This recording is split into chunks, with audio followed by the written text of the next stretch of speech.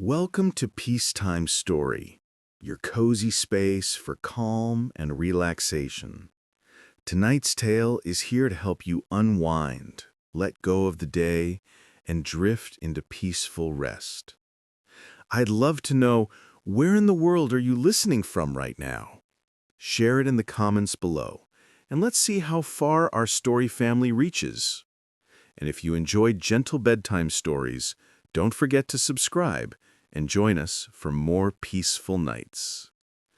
Now close your eyes, take a deep breath, and let's begin tonight's journey. A glamorous stranger lies dead in a quiet village library, her sequined gown a scream against the dusty tomes. Who placed her there, and why? As whispers of scandal ripple through St. Mary Mead, Miss Jane Marple, an unassuming spinster with a razor-sharp mind, untangles a web of greed, love, and betrayal. When another girl vanishes, the stakes soar. Can Marple unmask a killer hiding among teacups and tangos before the shadows claim another life? Marple's gaze lingered on the scattered pearls, the sequined gown's torn hem, and the faint smear of rouge on the girl's cheek, as if applied in haste. "Poor child," she murmured, her tones soft but not sentimental. "She didn't belong here, did she?" Arthur bristled. "Belong? She's turned my library into a blasted crime scene. Who is she, Jane? Some chorus girl from London by the look of her?" Miss Marple's lips twitched, a flicker of amusement at his outrage. "Perhaps, Arthur, but appearances are such slippery things." She knelt, her knees creaking, and peered at a single sequin glinting near the hearth, detached from the gown. With a handkerchief she plucked it up, tucking it into her bag with the care of a jeweler handling a gem.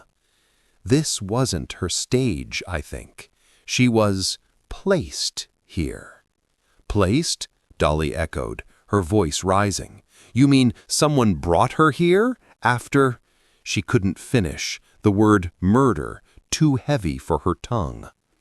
Miss Marple straightened, her eyes scanning the shelves, as if the books themselves might whisper clues. The rug's fibers are undisturbed, save for her weight.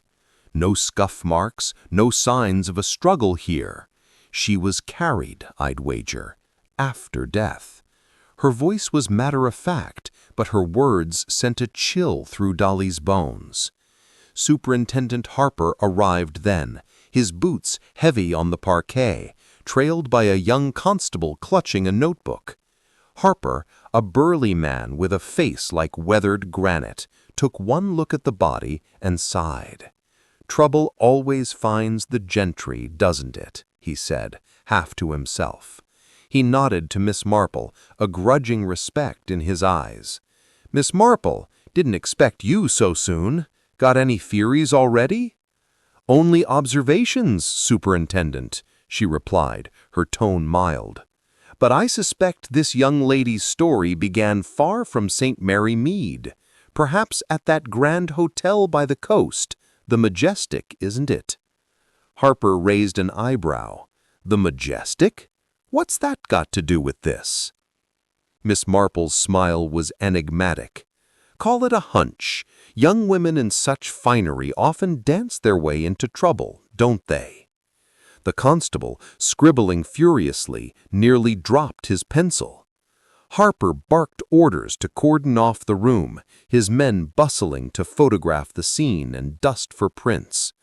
Dolly hovered by the window, watching the village awaken, blissfully unaware of the storm brewing in her home. A milkmaid paused to gossip with the postman, their laughter a cruel counterpoint to the library's grim tableau. Arthur, his patience fraying, cornered Miss Marple by the fireplace. "Jane, level with me. Is this some prank? Some blasted joker dumping a body to ruin my morning?" Miss Marple's eyes softened, but her voice held steel. "No prank, Arthur. This was deliberate. Someone wanted her found here, in your library. The question is, why? Dolly, wringing her hands, chimed in. But why us? We're not mixed up in anything sordid. We're respectable. Respectability, Miss Marple said, her tone gentle but pointed, is often a mask others envy or exploit. She glanced at the dead girl's hand, the broken pearls glinting like tears. She was someone's pawn, I think. But whose? The morning wore on, the library now a hive of police activity. Harper questioned the Bantry's staff, Elsie, the cook, the gardener, all wide-eyed and swearing they heard nothing in the night. The housemaid recalled a faint creak on the back stairs around midnight, but dismissed it as the house settling. Miss Marple listened, her knitting needles clicking rhythmically, each stitch seeming to weave together fragments of the puzzle. As the coroner's van arrived, discreetly parked behind the yew hedge, Dolly drew Miss Marple aside. "Jane, I'm frightened. This isn't just a murder, it's an invasion. What if they come back?" Miss Marple patted her arm, her touch as reassuring as a warm shawl. "They won't, Dolly, not if we unravel this quickly. But we must be thorough. Tell me, have you heard of anyone new at the Majestic? A guest, perhaps, with a flair for drama?" Dolly frowned, her mind sifting through village gossip. "There's that rich old man, Conway Jefferson, they say, came down with his family, or what's left of it. And those dancers always flitting about the hotel. But surely they wouldn't." "People surprise us," Miss Marple said, her voice low, "even the ones we think we know." She glanced at the library, where Harper's men were lifting Ruby Keene's body onto a stretcher, the sequined gown catching the light one last time. She was someone's daughter, someone's dream. We owe her the truth. The chapter closed with the Bantrys retreating to the drawing room, the library sealed like a tomb. Miss Marple lingered by the fireplace, her fingers brushing the sequin in her pocket. Outside, St. Mary Mead hummed with its usual rhythm, but within Gossington Hall, a shadow had fallen. The puzzle was only beginning, and Jane Marple, with her quiet wisdom and unerring eye, was already steps ahead, ready to chase the truth through the winding lanes of human nature. Chapter 2. Whispers from the Waves. The sea breeze carried a briny tang as Dolly Bantry's motor car trundled along the coastal road toward Danemouth, the engine's hum a faint counterpoint to her racing thoughts. Beside her, Miss Jane Marple sat primly, her gloved hands folded over her knitting bag, her eyes scanning the horizon where gulls wheeled against a pewter sky. The events at Gossington Hall clung to Dolly like damp wool, but the prospect of action, however daunting, stirred her resolve. The majestic hotel with its gleaming white facade and promise of answers loomed ahead, a beacon of glamour and secrets. "Jane, are you certain about this?" Dolly asked, her fingers tightening on the steering wheel. "Poking about a hotel full of strangers, it's not exactly our usual Tuesday bridge game." Miss Marple's lips curved, a flicker of mischief in her gaze. "My dear Dolly, bridge and murder share a common thread. Both require one to watch the players, not just the cards. We'll find our answers where Ruby Keene last danced." The Majestic rose like a wedding cake against the cliffs, its terraces bustling with holiday-makers in linen suits and wide-brimmed hats. Bellhops scurried with luggage, and the strains of a jazz quartet spilled from the open windows of the ballroom. Dolly parked near a fountain where stone cherubs spouted arcs of water, their marble smiles oddly incongruous with the grim purpose of her visit. She adjusted her hat, a sensible navy affair, and followed Miss Marple into the lobby, where crystal chandeliers cast prisms over marble floors. The air was thick with the scent of tuberose and cigarette smoke, the chatter of guests a lively hum. Darlie felt out of place, her tweed skirt dowdy next to the silk frocks and tailored jackets of the hotel's clientele. Miss Marple, however, moved with serene purpose, her black shawl blending into the crowd like a shadow. She led Darlie to the tea-room, a glass-walled haven overlooking the sea, where wicker chairs and linen-draped tables promised civilized respite. "Let's have a cuppa," Miss Marple suggested, settling at a corner table with a view of the room. "And keep your ears open, Darlie. Hotels are like village greens. Everyone's business is on display if you know where to look." A waiter, crisp in his white jacket, delivered a silver teapot and a tiered stand of cucumber sandwiches and petit fours. Darlie poured, the Darjeeling's fragrance a fleeting comfort, while Miss Marple's eyes roamed the room. At a nearby table, a silver-haired man in a wheelchair held court, his voice rich with authority despite his frail frame. Conway Jefferson, Darlie recalled, from village gossip, a widower whose mining fortune had bought him influence and a retinue of hangers-on. His sharp eyes flicked toward a young woman dealing cards at a bridge table, her urban hair pinned elegantly, her smile tight as a drum. "That's Adelaide Jefferson," Darlie whispered, leaning close. "His daughter-in-law. Widowed young, they say, and devoted to the old man.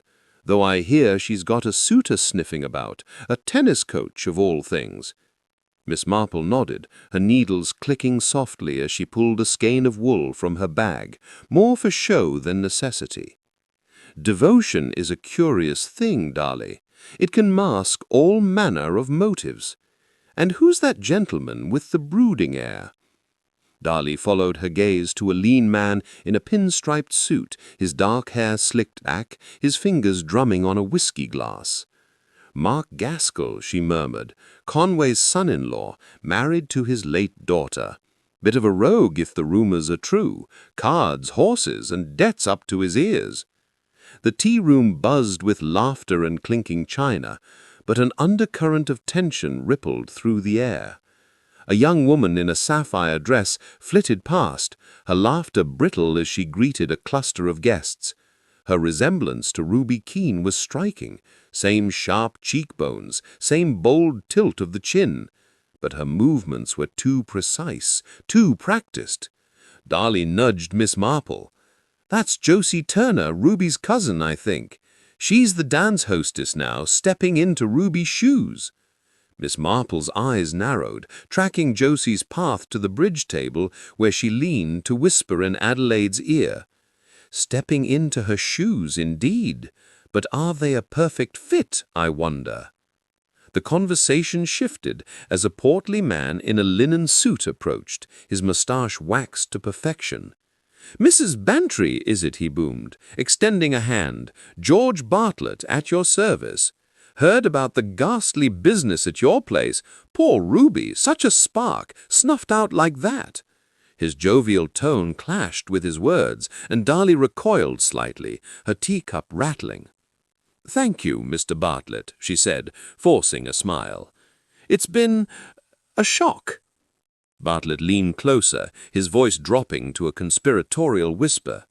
"Word is, she was tangled up with some shady types. Saw her myself, night before last, arguing with a chap in the rose garden. Tall fellow, foreign accent, didn't catch his name." Miss Marple's needles paused, her gaze sharpening. "The rose garden, you say? At what hour, Mr. Bartlett?" He blinked, caught off guard by her intensity. "Oh, round 11, I'd say. I was taking a stroll. Couldn't sleep, you know. She was all in a huff, waving her hands like a diva." Darlie's heart quickened. "Did you tell the police?" Bartlett shrugged, his mustache twitching. "Didn't seem worth bothering them. Just a lover's tiff, I thought. But now—" He trailed off, his eyes darting to the tea-room's entrance, where a uniformed constable hovered, scanning the crowd. Miss Marple resumed her knitting, her voice deceptively mild. "Every detail matters, Mr. Bartlett. Even the smallest thread can unravel a mystery." As Bartlett excused himself, muttering about a golf game, Darlie leaned toward Miss Marple. Jane, do you think he's hiding something? He seemed awfully quick to change the subject. Perhaps, Miss Marple replied, her eyes following Josie, who now circulated among the guests, her smile a polished mask. But then everyone here is playing a part. The trick is spotting who's improvising. The tea room grew livelier as the afternoon sun slanted through the windows, casting long shadows across the parquet. Dolly sipped her tea, her nerves fraying with each passing minute. The Majestic's opulence felt like a gilded cage, trapping secrets in its mirrored halls. She glanced at Conway Jefferson, who was now engaged in a heated discussion with Mark Gaskell, their voices low but sharp. Adelaide watched them from the bridge table, her cards untouched, her expression unreadable. Miss Marple set her teacup down with a delicate clink. "Dolly, would you be so kind as to fetch me a hotel brochure? I believe they're by the concierge desk." Dolly frowned, sensing a ploy, but complied, weaving through the crowd to the lobby. The concierge, a wiry man with a pencil-thin mustache, handed her a glossy pamphlet extolling the Majestic's charms. Tennis courts, moonlight dances, and a dining room to rival the Ritz. As she turned to rejoin Miss Marple, she nearly collided with Josie Turner, who was slipping a folded note into her pocket. "Oh, Mrs. Bantry!" Josie exclaimed, her voice bright, but her eyes wary. "Fancy seeing you here! Come to escape the village bustle?" Dolly clutched the brochure, her instincts prickling. "Something like that. I heard you were close to Ruby Keene. I'm so sorry for your loss." Josie's smile faltered, a crack in her polished facade. "Thank you. Ruby was like a sister. Always chasing dreams, you know? Too big for this place." Her fingers toyed with a sapphire bracelet, its stones catching the light like tiny oceans. Dolly nodded, her curiosity piqued. "She must have had admirers. Anyone special?" "Oh, plenty! Ruby had a way of turning heads. But she kept her secrets close." She glanced over Dolly's shoulder, her expression tightening. "Excuse me, I'm needed in the ballroom." As Josie hurried away, Dolly returned to the tea room where Miss Marple was now chatting with a frail woman in a lavender dress, her hands fluttering like nervous birds. "Mrs. Bantry, meet Miss Hinchcliffe," Miss Marple said, her tone warm, but her eyes alert. "Saw that Ruby girl last week, bold as brass, whispering with a man in a fedora by the pier. Looked like trouble to me, shifty eyes, that one. And now she's gone, poor thing." Dolly's pulse quickened. "Did you recognize him?" Miss Hinchcliffe shook her head. "Not a guest, that's certain. Too rough around the edges. But he had a scar. Here." She tapped her cheekbone, her rings glinting. "Nasty business." Miss Marple thanked her, her expression unreadable, and guided Dolly back to their table. "A man with a scar," she mused, her needles clicking again, "and an argument in the rose garden. The pieces are gathering, Dolly." The afternoon waned, the tea room emptying as guests drifted to the terrace for cocktails. Dolly's head spun with names and faces. Conway's wealth, Mark's debts, Adelaide's cool reserve, Josie's guarded charm. Each seemed a cog in a machine she couldn't yet see, and the weight of Ruby Keene's death pressed heavier with every whispered clue. As they prepared to leave, Miss Marple paused by the concierge desk, her fingers brushing a guest book left open to the previous night's signatures. Her eyes lingered on a looping scrawl, the ink still fresh. "Dolly, look here," she said, her voice low. "A late arrival, signed in at 11:30. J. Blackwood. No address, no title. Curious, don't you think?" Dolly peered at the page, her stomach twisting. "You think he's the man from the rose garden?" "Perhaps," Miss Marple said, tucking a stray hairpin into place. "Or perhaps he's a shadow cast by someone else. We'll need to tread lightly, my dear." They stepped onto the terrace, the sea stretching endless in gray before them. The jazz quartet struck up a wistful tune, its notes mingling with the crash of waves. Dolly clutched the brochure, its glossy promises now tinged with menace.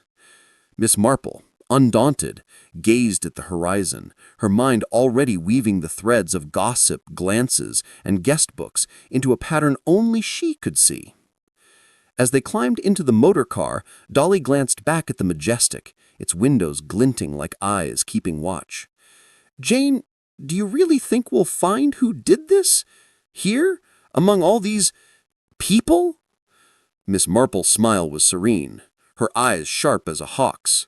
"Oh, yes, Dolly. The sea whispers many things, but it's the silences between that tell the truth." The engine roared into life, carrying them back towards St. Mary Mead, where the library's grim secret waited.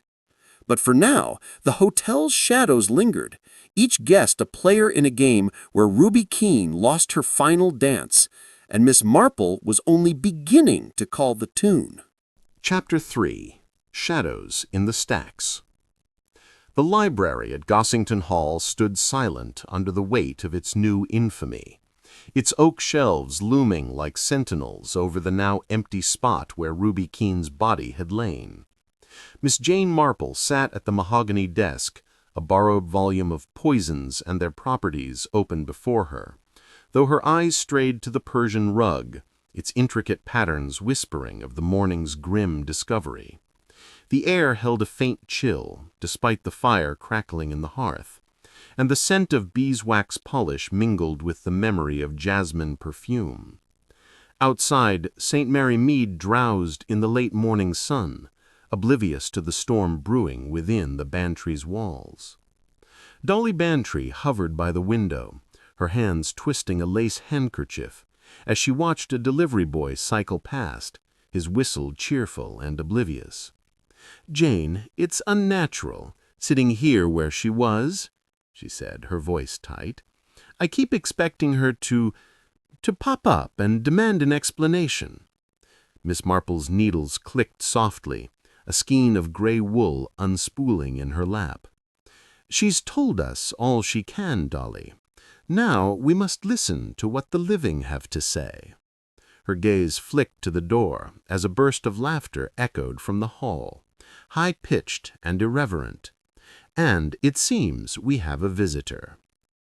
The door swung open, admitting Peter Carmody, the Bantry's maid Elsie's 12-year-old nephew, his freckled face alight with mischief. His school blazer was askew, and a battered notebook dangled from one hand, its pages crammed with scrawled signatures. "Aunt Dolly, Miss Marple. Got a new autograph today. Old Mr. Pye from the chemist's. Says he met Nio Marsh once. Bet she'd love a murder like this." Dolly's lips pursed, but Miss Marple's eyes twinkled. "A collector, are you, Peter? Quite the treasure trove, I imagine. Any names from the Majestic Hotel in there?" Peter flopped onto a leather armchair, swinging his legs. "Not yet, but I'm working on it. Saw that dance girl, Josie, last week. Offered her a bob to sign, but she laughed and said I'd need a $5 for her scribble." His grin faded as he glanced at the rug. "Heard about the dead lady. Was she really all sparkly, like a film star?" Miss Marple's needles paused, her voice gentle. "She was young, Peter, and very much alive once. Did you ever see her about the village? Perhaps with someone unusual?" Peter's eyes widened, sensing a role in the drama. "Don't know about her, but I saw a funny chap near the vicarage last night. Skulking by the yews he was, with a hat pulled low. Thought he was a poacher, but he had city shoes, shiny ones, like in the pictures." Dolly's gasped, her handkerchief fluttering to the floor. "Peter, why didn't you tell anyone?" "Didn't seem important," he shrugged, then brightened. "Can I see the crime scene? Bet there's clues everywhere." Miss Marple's smile was indulgent but firm. "The police have their clues, Peter, but your sharp eyes might help us yet. Keep watch for those shiny shoes, won't you?" She handed him a peppermint from her bag, sending him scampering off with a promise to report any suspicious characters. As the door clicked shut, Dolly sank onto a settee, her face pale. Jane, a man skulking near the vicarage. Could he be the one who brought her here? Possibly, Miss Marple said, her tone measured. But St. Mary Mead is full of shadows at night, and not all of them carry bodies. She rose, her black shawl rustling, and crossed to the shelves, her fingers trailing over a row of dusty almanacs. This room holds more than books, Dolly. It's a stage, and someone chose it carefully. Before Dolly could press further, the telephone shrilled in the hall, its jangle slicing through the quiet. Elsie's voice called out, tremulous, and Dolly hurried to answer, returning moments later with a face like curdled milk. Jane, it's Superintendent Harper.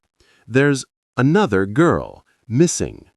Pamela Reeves, the typist from the post office. Her landlady found her room empty and her bicycles by the river, all tangled in the reeds. Miss Marple's eyes sharpened, though her hands remained steady on her knitting. Pamela Reeves, she murmured, as if tasting the name. Quiet girl, wasn't she? Brown hair, spectacles, always carrying a library book? Dolly nodded, her voice catching. Yes, that's her. Only 16, Jane. Her mother's beside herself. Do you think... could it be connected? Miss Marple set her knitting aside, her gaze drifting to the rug where Ruby had lain. Two girls, both young, both vanished from their usual paths. One found here, staged like a mannequin. The other... She paused, her lips thinning.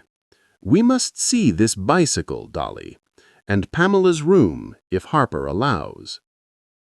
The drive to Much Benham was a blur of hedgerows and nervous chatter.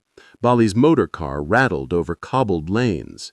The riverbank fringed with willows was a hive of activity. Constables combing the grass, villagers gawking from a safe distance. Pamela's bicycle lay half submerged, its handlebars twisted like a cry for help. Superintendent Harper, his face grimmer than at Gossington, waved them over, his notebook bristling with scribbled notes. No body yet, he said, his voice low, but the bike's been here since last night, by the mud on the tires. Landlady says Pamela never came home after her typing class, left her books on the desk, supper untouched. Miss Marple knelt by the bicycle, her gloved fingers brushing the saddle, where a faint smudge of powder, face powder perhaps, clung to the leather. Curious, she said, her voice barely audible over the river's murmur. Pamela wasn't one for cosmetics, was she? Harper frowned, scratching his jaw. Not that her mother said. Plain girl, kept to herself. Nothing like that keen woman, all flash and sparkle. Yet here they meet, Miss Marple said, her eyes on the smudge, in disappearance, if not in life. She straightened, her gaze sweeping the riverbank, where a single daisy bobbed in the breeze, its petals flecked with mud. Dolly, would you ask the landlady if Pamela kept a diary? Young girls often do. Dolly nodded, hurrying off to the boarding house, while Miss Marple lingered, her mind turning over the puzzle. Pamela's quiet diligence and Ruby's brash glamour seemed worlds apart, yet the river linked them, its currents whispering of secrets swept away. She recalled a village tale from her youth, a girl who'd run off with a soldier, only to return broken-hearted, her dreams drowned in tears. Could Pamela have chased a similar illusion? Back at Gossington, the library felt smaller, its walls closing in as Dolly relayed the landlady's report. No diary, but a torn photograph in Pamela's waistbin, showing a girl in a dance frock, her face obscured by a smudge of ink. It looked like Ruby, Dolly said, her voice trembling. "But why would Pamela have it?" Miss Marple's needles resumed their rhythm, a metronome to her thoughts. Perhaps she saw something, or someone she shouldn't have. Or perhaps she was made to look like someone else. Her eyes flicked to the hearth, where the sequin she'd found still lay in her handkerchief, a glinting reminder of Ruby's staged demise. The afternoon brought an invitation to dine at the vicarage, a strained affair hosted by the Reverend Clement, whose nervous cough betrayed his unease with the village's growing disquiet. The guests included Mark Gaskell, summoned from the Majestic, and Josie Turner, who arrived late, her sapphire bracelet glinting under the chandelier. The table was set with the vicarage's best china, but the mood was anything but festive, the clink of cutlery sharp against the silence. Mark, his charm brittle as autumn leaves, regaled the table with tales of his London exploits, his eyes darting to Josie whenever he thought no one watched. Josie, in turn, deflected questions about Ruby with practiced ease, her laughter too bright, her fingers twisting a napkin into knots. Miss Marple, seated beside the vicar's wife, observed them over her soup spoon, her mind cataloguing every glance, every pause. "Miss Turner," she said, her voice mild as milk, "you must miss your cousin terribly. Were you close?" Josie's smile tightened. Her eyes flicked to Mark. "Like sisters, Miss Marple. Ruby was full of life, always dreaming of the stage, you know. But dreams can be dangerous." Mark coughed, his wineglass clinking against his plate. "Dangerous? Hardly.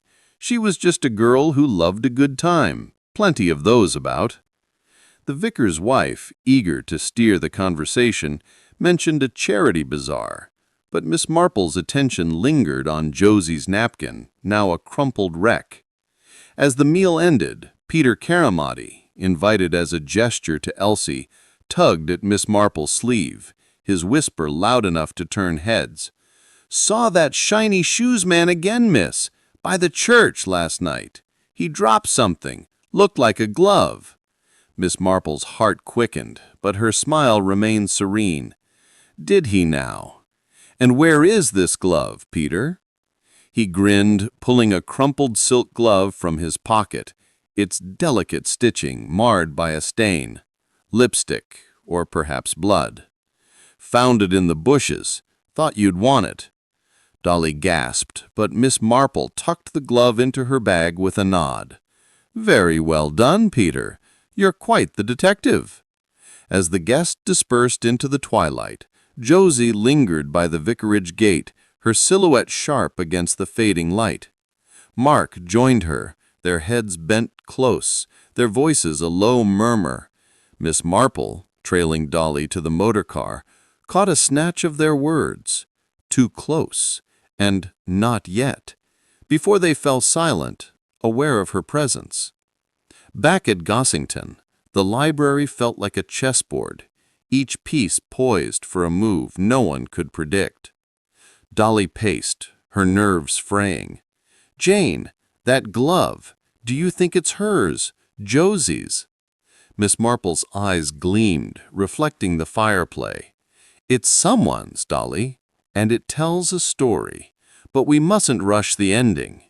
She unfolded the glove, its silk whispering of secrets yet to be unraveled.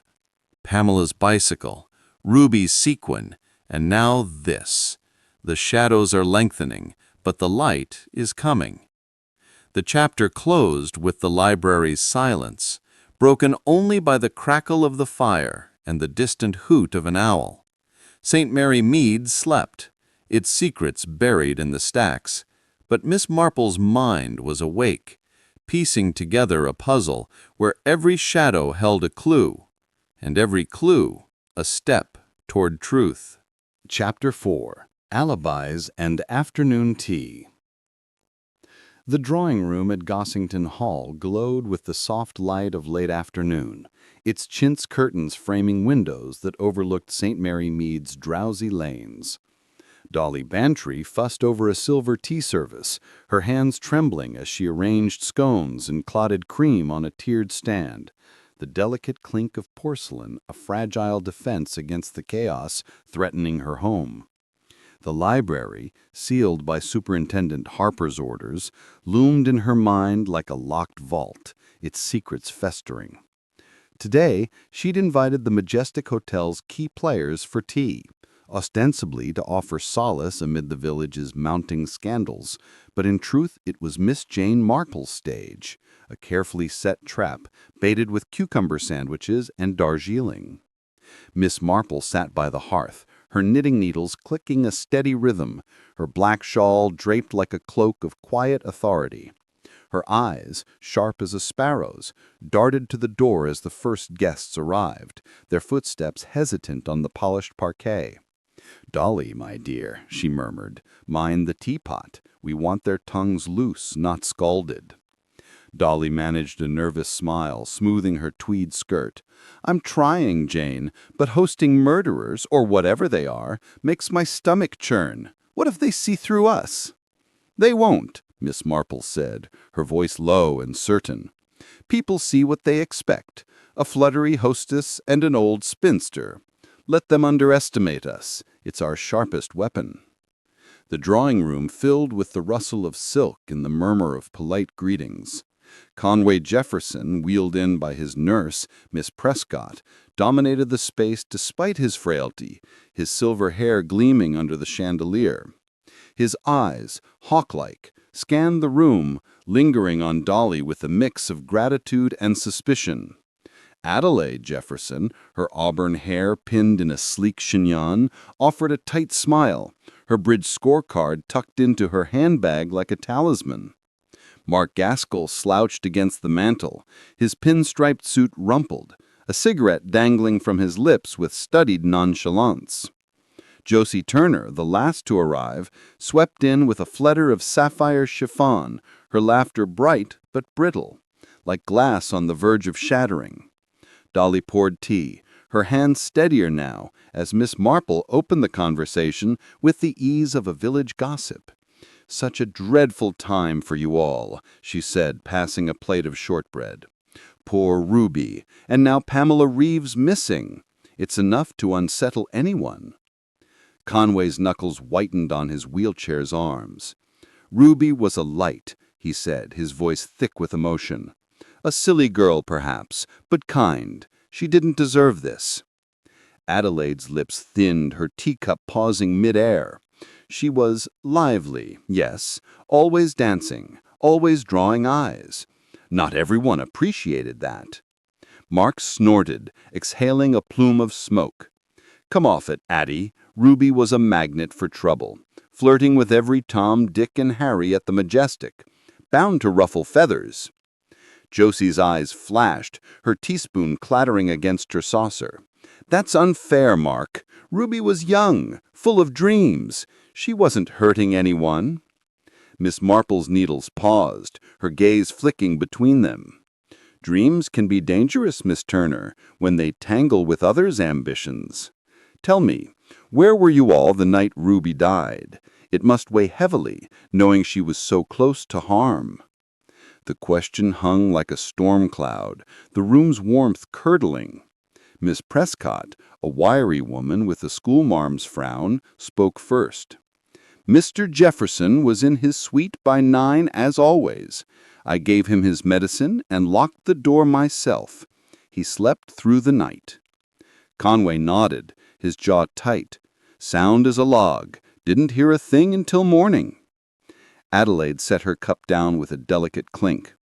"I was at the bridge table until 11, as the scorecard shows. Then straight to bed. The Majestic's walls are thin, but I heard nothing unusual." Mark flicked ash into a crystal tray, his grin lopsided. "I was at the Blue Boar, drowning my sorrows with a pint or 3. Barman'll vouch for me. Kept pouring till midnight." Josie's smile was a polished mask. "I was in the ballroom, covering Ruby's shift. The band played late, and I was run off my feet. Didn't turn in until nearly 1. Miss Marple sipped her tea, her expression serene.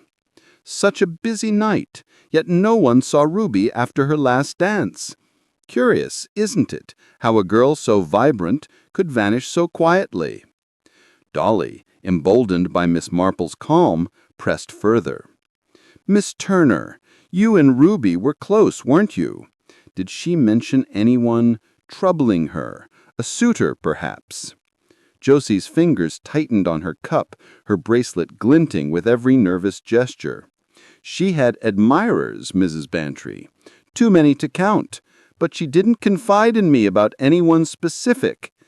Her voice wavered, a crack in her composure, and she quickly sipped her tea. The conversation shifted to village matters, the church fete, the new butcher's shop, but Miss Marple's attention lingered on the guests' hands. Conway's clenched fists, Adelaide's manicured nails tapping her scorecard, Mark's restless fingers shredding a napkin, Josie's bracelet catching the light with every nervous gesture. She noted, too, the faint scent of lavender on Adelaide, a perfume oddly at odds with her cool demeanor. As Dolly refilled the teapot, Peter Carmody burst in, his school cap askew, his eyes bright with news. Aunt Dolly, Miss Marple, the postman saw something funny last night, near the river, where Pamela's bike was. A car, he said, parkball sneaky-like, with no lights.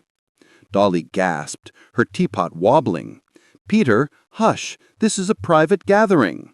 But Miss Marple's eyes gleamed. No, no, Dolly, let him speak. What kind of car, Peter? He puffed out his chest, relishing the spotlight. Big one, black, like the ones in gangster films. Postman said it sped off toward Danmouth, nearly hit his bicycle. Conway's face darkened, his voice sharp. Boys and their stories. Probably a delivery van, nothing more. Mark laughed, a harsh bark. Or some chap sneaking off with his mistress. Danmouth's full of that sort. Josie's cup rattled, her eyes darting to Mark. Really, Mark, must you be so crude? Pamela's missing, and you're joking about affairs. Adelaide's voice cut through, cool as a blade. Enough. This isn't helping. We're all shaken, but gossip won't find that girl. Miss Marple set her knitting aside, her voice gentle but probing. Gossip often holds truth, Mrs. Jefferson. A car in the dark, a girl gone missing. It's a thread worth pulling. Miss Turner, you were at the Majestic late that night. Did you see any such car? Josie's smile faltered, her fingers twisting her bracelet. No, I was inside all evening. The ballroom's at the back, you see. No view of the road. The air thickened, the guests' alibis hanging like fragile ornaments. Dolly, sensing the tension, offered more scones, but her hands shook, betraying her unease. Miss Marple, however, seemed unruffled, her eyes tracing invisible lines between the players. She reached for a napkin, ostensibly to dab her lips, but her fingers sketched a timeline in faint pencil marks, a grid of hours and names, piecing together the night Ruby died. As the tea cooled, a sharp rap at the door announced Superintendent Harper, his face etched with new strain. "Mrs. Bantry, Miss Marple," he said, nodding curtly. "Sorry to interrupt, but we've a development. Found a shawl in the river, near Pamela's bike. Silk, embroidered with roses. Not the sort a typist would own." Dolly's hand flew to her mouth. "Rubies?" Harper shook his head. "Not sure yet, but it's, expensive, like something from the Majestic." Josie's face paled, her bracelet slipping down her wrist. "A shawl? Ruby had one like that. Wore it for her last performance." Miss Marple's eyes flicked to Josie, then to the napkin in her hand, where her pencil had circled a gap. 11 p.m. to midnight, unaccounted for by any guest save Mark's dubious pub crawl. "The superintendent," she said, her voice mild, "might we see this shawl? It could tell us more than it seems." Harper nodded, beckoning a constable who produced a damp silk shawl, its rose embroidery vivid despite the river's touch. Miss Marple examined it, her fingers tracing a tiny tear near the hem, her mind racing. "A lovely piece," she said, "but it's been handled roughly. Perhaps caught on something, or someone." Conway's voice cut in, sharp with impatience. "Enough of this, Miss Marple. Shawls, gloves, bicycles. What does it mean? We're no closer to finding who killed Ruby or where Pamela's gone." Miss Marple's smile was serene, her eyes unyielding. "Patience, Mr. Jefferson. The truth is like a tapestry. Each thread matters, even the frayed ones." The tea ended in a flurry of farewells, the guests dispersing with forced civility. Mark lingered by the mantel, his cigarette stubbed out with unnecessary force, while Josie hurried out, her bracelet catching on the doorframe, leaving a single sapphire bead on the floor. Adelaide wheeled Conway away, her face a mask of composure, but her scorecard slipped from her bag, fluttering to the rug. Dolly retrieved it, her fingers trembling. "Jane, look, her bridge scores, they're perfect. Every trick accounted for. She couldn't have left the table, could she?" Miss Marple took the card, her eyes narrowing at the neat columns of numbers. "Precision is admirable, Dolly, but it can also be a shield. These scores are too perfect, perhaps." She tucked the card into her bag beside the glove and sequin, her collection of clues growing like a magpie's hoard. As the drawing-room emptied, Dolly sank onto the settee, her face ashen. "Jane, I feel like we're swimming in fog. All these alibis, and yet I don't trust any of them."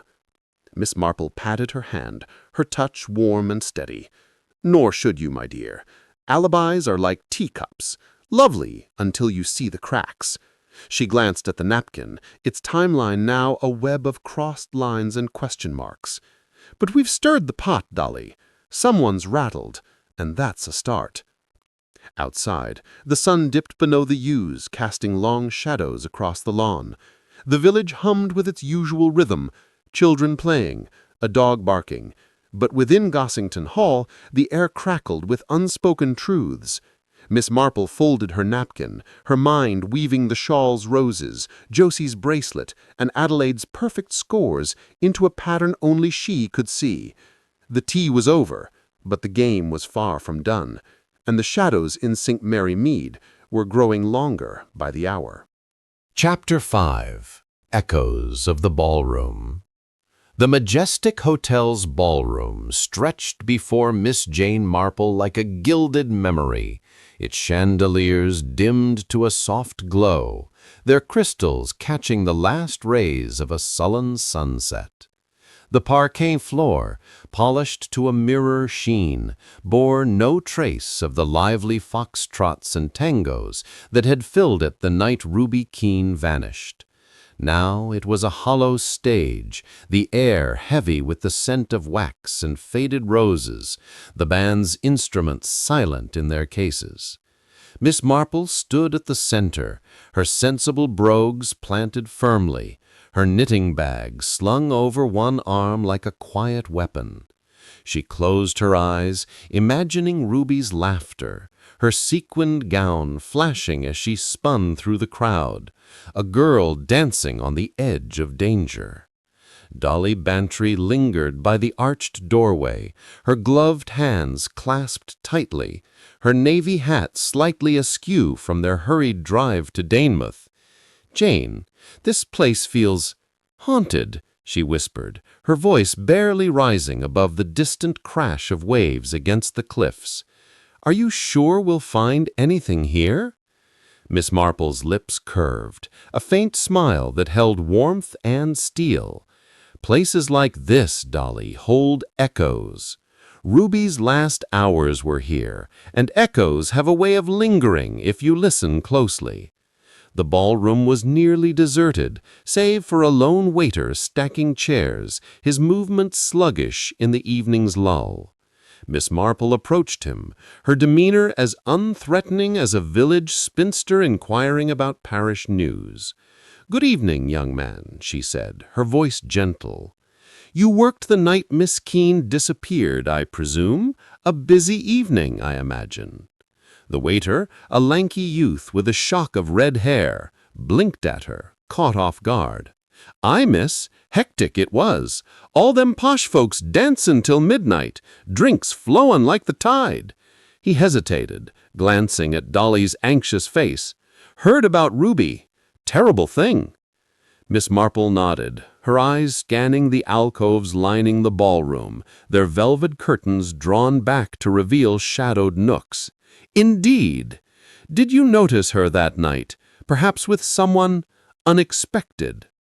The waiter rubbed his neck, his eyes darting to the bar. "Well, she was dancin' as always, but I saw her slip into one of them alcoves round 10, with a gent, tall, dark coat, kept his hat on indoors. Odd that. Looked like they was arguin', quiet-like. But her face was all pinched. Dolly's breath caught, her gloves creaking as her grip tightened. "Arguing? Did you hear what about?" He shook his head, stacking another chair with a clatter. "Nah, too far off. But she came out quick, like she'd seen a ghost. Went back to dancin', but her smile wasn't right after." Miss Marple thanked him, slipping a shilling into his hand with a nod. As he shuffled off, she moved to the alcove he'd indicated, her fingers brushing the velvet curtain. A faint scent clung to the fabric, cigarette smoke, laced with something sharper, like spilled gin. She knelt, her knees protesting, and spotted a glint beneath a chair, a tiny pearl earring, its clasp bent as if torn off in haste. "Miss Dolly," she called softly, holding up the earring. This wasn't Ruby's style. She favored flashier things, but someone was here, and they left in a hurry. Dolly's eyes widened, her voice a hushed tremor. "Another clue, Jane. You're collecting them like buttons." Miss Marple tucked the earring into her bag beside the sequin, glove, and bridge score card. "Buttons make a garment, Dolly. We're stitching something together bit by bit."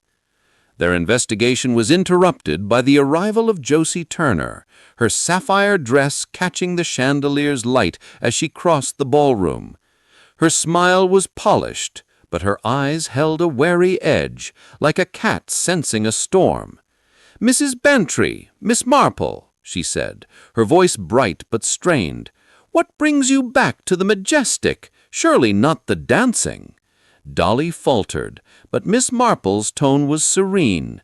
"Just reminiscing, Miss Turner. This ballroom must hold so many memories for you, especially of Ruby. You were close, weren't you?" Josie's fingers brushed her bracelet, a nervous tick. "Like sisters, as I said. She loved this place, the lights, the music, said it made her feel like a star." Miss Marple's eyes softened, but her question was sharp. "And did she ever mention a locket? Something personal, perhaps, that she wore often?" Josie's hand froze, her bracelet glinting. "A locket? No, She had lots of trinkets. Fans gave her things all the time." She laughed, a brittle sound, and turned toward the powder room. "Excuse me, I need to freshen up." Dolly watched her go, her brow furrowing. "Jane, she's hiding something. Did you see how she flinched at locket?" Miss Marple nodded, her needles clicking as she sat on a velvet bench, her mind turning over the waiter's tale and Josie's unease. "She's carrying a weight, Dolly, but whether it's guilt or fear, we'll soon see." The ballroom's quiet was shattered by a commotion at the entrance, a porter, breathless, clutching a telegram. He scanned the room, spotting Dolly, and hurried over, his cap askew. "Mrs. Bantry, ma'am, this just came from Much Benham. Urgent, they said." Dolly tore open the envelope, her hands shaking as she read aloud. "Remains found in burnt car on the moors. Female, young. Suspected Pamela Reeves. Awaiting identification." The words hung heavy, the ballroom's echoes swallowed by dread. Dolly's face drained of color, her voice a whisper. "Pamela, burned. Oh, Jane, this is monstrous." Miss Marple's needles stilled, her eyes narrowing. "Monstrous, indeed, but also deliberate. A fire to hide a face. What does that tell us? Before Dolly could answer, a thunderclap rolled over the sea, the sky darkening as rain lashed the windows. The porter lingered, his eyes wide. "They found something else, ma'am. A hairpin in the car, silver, with a little star on it." Miss Marple's mind raced, recalling a fleeting glimpse at the tea party. Adelaide Jefferson's hair, pinned with a silver star. "Curious," she said, her voice barely audible over the storm. "Dolly, we must return to the Majestic's guest book. I suspect our J. Blackwood may have left more than a signature." They braved the rain to the lobby, where the concierge, flustered by the storm, handed over the guest book with a grumbled apology. Miss Marple's fingers traced the entries, pausing at J. Blackwood, 11:30 p.m., the ink smudged as if written in haste. Beside it, a porter's note recorded a late-night taxi to the moors, paid in cash. "A man in a hurry, or someone covering their tracks," she murmured. Dolly clutched her coat, rain dripping from her hat. "Jane, this is too much. 2 girls dead, and now a mysterious stranger? What's happening?" Miss Marple's eyes gleamed, reflecting the lobby's flickering lights. "A performance, Dolly. Someone's orchestrating this, and the ballroom is their stage." Their next stop was the hotel's bar, a dimly lit haven where a grizzled bartender polished glasses, his eyes heavy with the weight of late-night confessions. Miss Marple approached, her demeanor disarming. "Good evening," she said, sliding onto a stool. "You must see all sorts here. Any talk of Ruby Keene lately? Or perhaps a girl named Pamela?" The bartender, his hands rough as driftwood, leaned closer. "Ruby was a regular, always charming the punters. But last week she was off, kept looking over her shoulder, like she expected trouble. Saw her with a bloke once near the pier. Had a scar on his cheek, talked all smooth, gave me the creeps." Dolly's breath hitched. "A scar, like the man Miss Hinchcliffe mentioned?" Miss Marple's nod was subtle, her mind cataloging the detail. "And Pamela? Ever see her about?" The bartender frowned, wiping a glass. "Not here, no, but I heard talk of a typist sniffing around. Ask it about Ruby. Quiet girl, spectacles. Didn't fit in with this lot."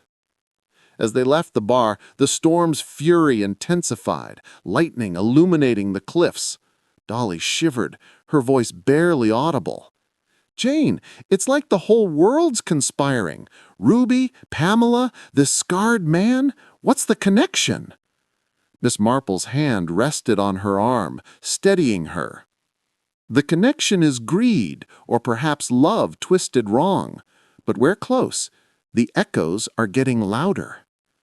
They returned to the ballroom, where a lone violinist practiced a mournful tune, the notes curling like smoke. Miss Marple paused by the alcove, her fingers brushing the curtain again. She knelt, retrieving a scrap of paper wedged beneath the floorboard, a torn betting slip marked with initials, M.G. Mark Gaskell's, perhaps? "Dolly," she said, holding up the slip, "this is no coincidence. Someone's debts are piling up, and Ruby may have paid the price." As they prepared to leave, Josie reappeared, her makeup fresh, but her eyes red-rimmed, as if she'd been crying. She froze at the sight of Miss Marple, her voice sharp. "Still here, Miss Marple? You're awfully curious for a visitor." Miss Marple's smile was serene. "Curiosity is a virtue, Miss Turner, when it seeks the truth. You loved Ruby, didn't you, enough to protect her secrets?" Josie's lips trembled, her bracelet glinting as she backed away. I don't know what you mean. Excuse me." She fled toward the terrace, her heels clicking like a countdown. Dolly watched her go, her heart pounding. "Jane, she's terrified. Do you think she knows who did this?" Miss Marple's eyes followed Josie's retreating figure, her mind weaving the earring, the betting slip, and the hairpin into a tightening net. She knows something, Dolly, and so do others.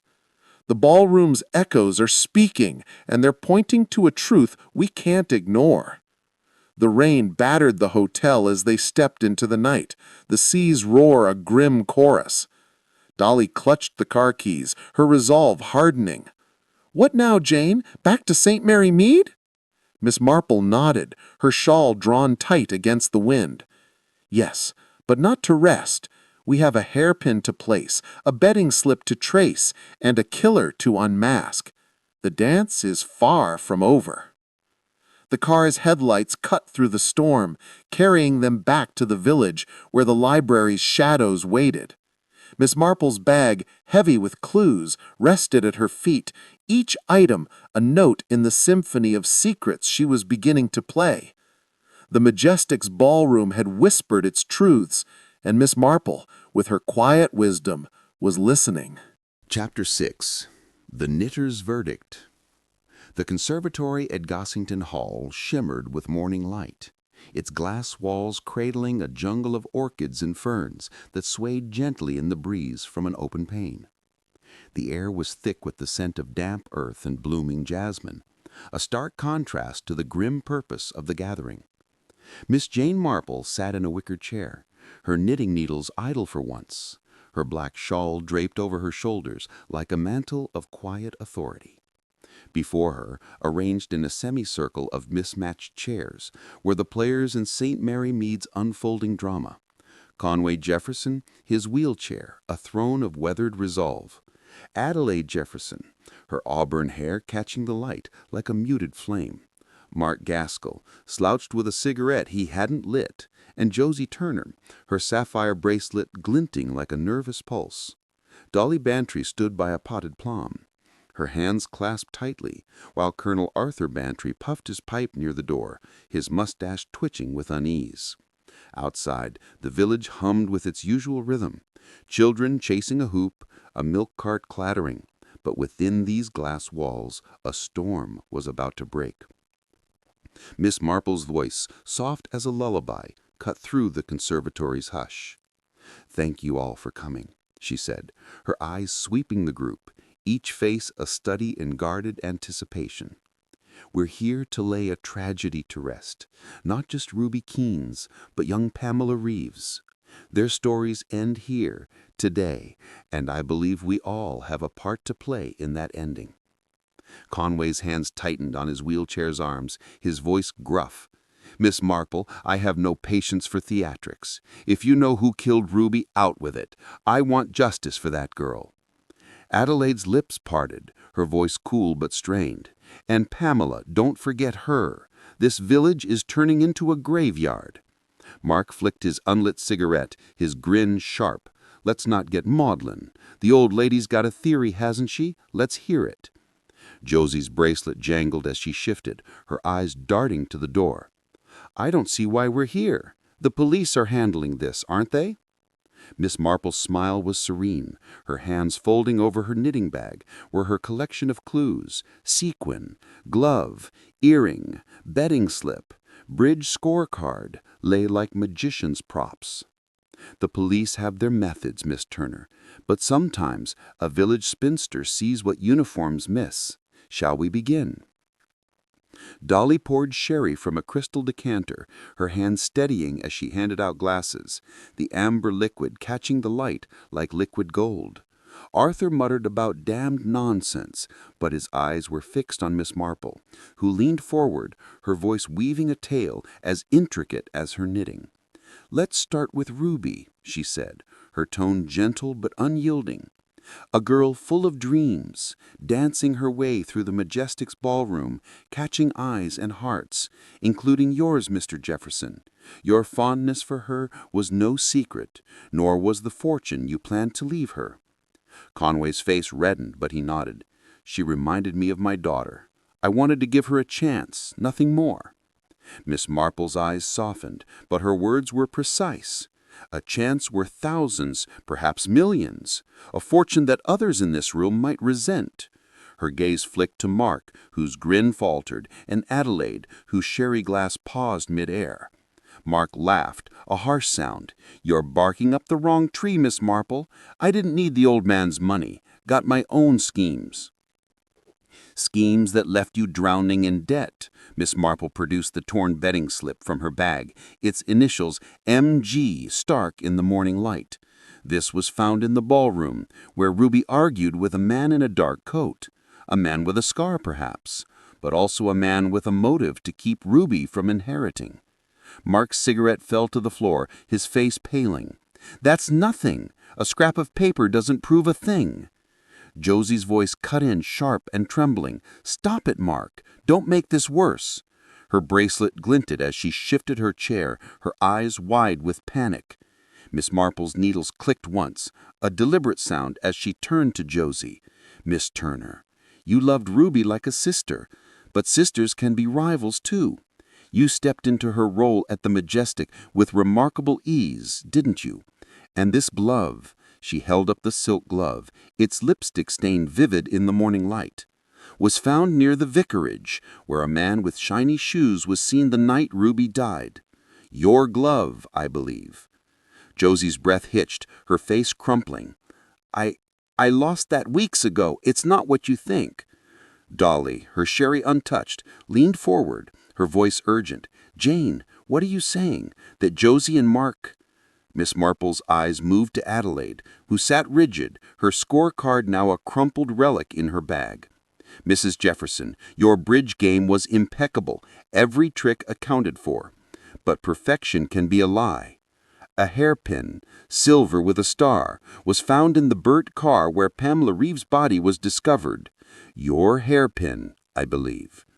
Her hand flew to her hair, her composure cracking. "That's absurd. I lose hairpins all the time. Anyone could have taken it." Miss Marple nodded, as if conceding a point, but her voice grew firmer. "Anyone could have, yes. But let's weave these threads together. Ruby Keene was strangled, her body carried to Gossington's library, a deliberate choice to shock and distract. Pamela Reeves, a quiet typist, was killed and burned to obscure her identity. Why? Because Pamela was made to look like Ruby, dressed in her gown, her hair dyed blonde, her face painted to mimic a dance hostess, a decoy to throw suspicion elsewhere." Conway's voice was a growl. "A decoy? For what purpose?" Miss Marple's eyes met his, steady and unflinching. "To secure your fortune, Mr. Jefferson. Ruby's death would have shifted your inheritance plans, but only if her body was found. Pamela's death was a cruel necessity to cement the illusion, a girl no one would miss, disguised as the one everyone noticed." The conservatory fell silent, the orchids seeming to lean closer, their petals trembling in the breeze. Arthur's pipe smoke curled upward, his voice gruff. "Jane, you're saying someone planned this? 2 murders, just for money?" "Not just money, Arthur," Miss Marple said, her voice soft but piercing. "Greed, love, betrayal. These are old stories, played out in new costumes. And the costume here was Ruby's gown, worn by Pamela in death." Josie's chair scraped back, her face ashen. "You can't prove this. You're just guessing, spinning tales like some village gossip." Miss Marple's smile was gentle, but her eyes were steel. "Gossip is truth's shadow, Miss Turner, and your bracelet tells a story." She reached into her bag, producing a sapphire bead, its twin glinting on Josie's wrist. "Found at Gossington, caught on the drawing-room door. You were there, weren't you, the night Ruby died, helping to place her, or rather Pamela, in the library?" Josie's hand flew to her bracelet, her voice a choked whisper. "No, I didn't. I wouldn't." Mark stood, his fists clenched. "Enough of this. You've got nothing but trinkets and theories. You can't pin this on us." Miss Marple's voice remained calm, her hands unfolding a final clue, a torn photograph, the one from Pamela's waistbin. now pieced together to show Ruby's face, but with a shadow behind her, a man's silhouette, his cufflink catching the light. This cufflink, Mr. Gaskell, matches the one you wore at the vicarage dinner. A bespoke design, I'm told, with your initials. You were with Ruby that night, in the ballroom alcove, weren't you? Mark's jaw tightened. His eyes darted to Josie. You're mad, old woman. I was at the pub. Your pub alibi is thin, Miss Marple interrupted, her tone unwavering. You and Miss Turner were lovers, weren't you? Bound by a plan to secure Conway's fortune, even if it meant killing 2 girls. Conway's roar shattered the silence, his wheelchair lurching forward. Mark, Josie, is this true? Did you kill her? My Ruby! Josie's sob broke free, her bracelet falling to the floor with a clatter. It wasn't supposed to be like this. She was going to ruin everything. Conway was changing his will, giving everything to her. Mark lunged toward Josie, his voice a snarl. Shut up, you fool! But Josie was beyond stopping, her words tumbling like spilled pearls. We didn't mean to kill Pamela. She saw us, in the ballroom, planning it. She was going to tell. Mark said we had no choice. Adelaide's sherry glass shattered on the floor, her voice a hiss. You monsters! You used my hairpin, my game to cover your tracks? Miss Marple's needles clicked once more, a final note. Not your hairpin, Mrs. Jefferson. They borrowed it, just as they borrowed Ruby's gown to dress Pamela. The chloroform on Josie's glove sealed Pamela's fate, and the fire on the moors hid her face. But the truth, like a bad stitch, always unravels. Josie's scream cut through the air as she lunged, snatching a shard of broken glass from Adelaide's spilled sherry. You won't ruin me, she cried, her arm arcing toward Miss Marple, but the conservatory door swung open, and Superintendent Harper stepped in, his constables flanking him like shadows. They seized Josie, her glass shard clattering to the tiles, her sobs echoing as handcuffs clicked. Mark struggled, his curses sharp, but the constables were swift, pinning him against the wicker. Conway's face was a mask of anguish, his voice breaking. Why, Josie? I trusted you. Ruby trusted you. Josie's head bowed, her voice a whisper. I loved you, Conway, but I loved Mark more, and the money, it was our way out. Miss Marple rose, her shawl slipping slightly, her eyes soft with pity. Love and greed, Mr. Jefferson, they twist the heart until it breaks. Dolly, tears streaming, clutched Miss Marple's arm. Jane, how did you know? All these pieces, how did you see them? Miss Marple patted her hand, her touch warm and steady. Human nature, Dolly. It's much the same everywhere. Village or hotel, library or ballroom. You just watch the patterns. Arthur, his pipe forgotten, cleared his throat. Damned fine work, Jane, but I be glad when my library's just for books again. The constables led Josie and Mark away, their footsteps fading into the village's morning hum. Conway wheeled himself to the window, his gaze lost in the orchids, his fortune now a hollow weight. Adelaide, her composure restored, murmured thanks to Miss Marple, her eyes bright with unshed tears. As the conservatory emptied, Dolly sank into a chair, her sherry glass trembling. It's over, Jane, but it feels heavy. Those poor girls. Miss Marple nodded, her knitting bag heavy with clues no longer needed. It's always heavy, Dolly, but truth lightens the load in time. She glanced at the orchids, their petals catching the sun. Now, shall we have a proper cup of tea? No alibis required? The conservatory fell silent, save for the rustle of leaves and the distant chime of the church bell. St. Mary Mead resumed its rhythm, its secrets laid bare, its peace restored by a spinster's quiet genius. The library door, once a portal to scandal, swung shut, and Miss Marple's needles clicked once more, stitching the village back into its cozy calm.